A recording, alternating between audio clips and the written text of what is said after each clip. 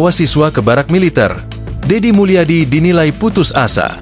Wakil Ketua DPD RI Tamsil Linru menyebut, kebijakan membawa anak nakal ke barak TNI yang dilakukan Gubernur Jawa Barat, Dedi Mulyadi, sebagai kebijakan yang putus asa.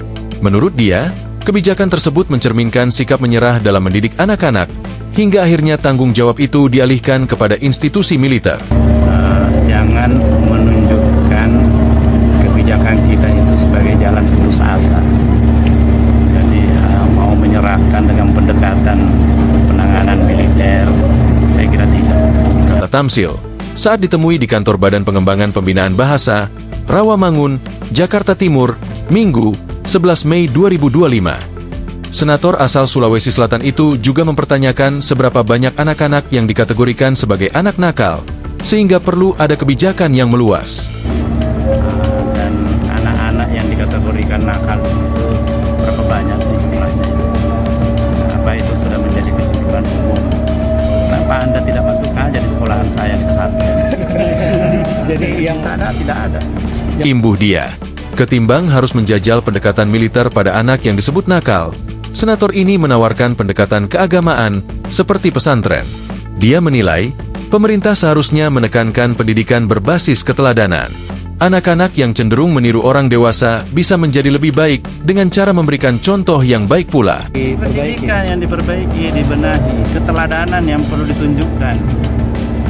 Karena yang paling banyak masalah ini kan pada orang yang bisa memberikan keteladanan. Ujar dia.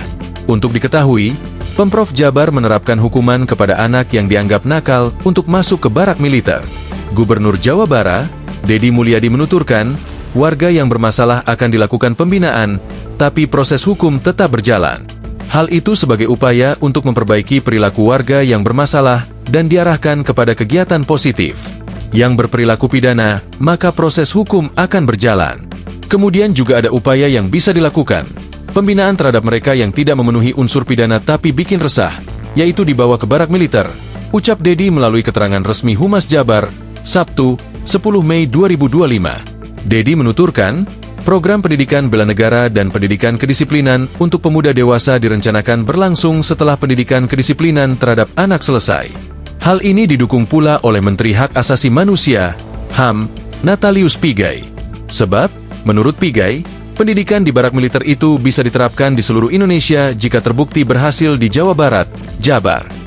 Kalau Jawa Barat sukses, maka sesuai kewenangan yang dimiliki oleh Kementerian HAM, akan menyampaikan kepada Menteri Pendidikan Nasional untuk mengeluarkan peraturan supaya model ini bisa dilaksanakan secara masif di seluruh Indonesia, kata Pigai, usai menerima Dedi Mulyadi di kantornya pada Kamis, 8 Mei 2025. Download Tribun X sekarang, menghadirkan lokal menjadi Indonesia.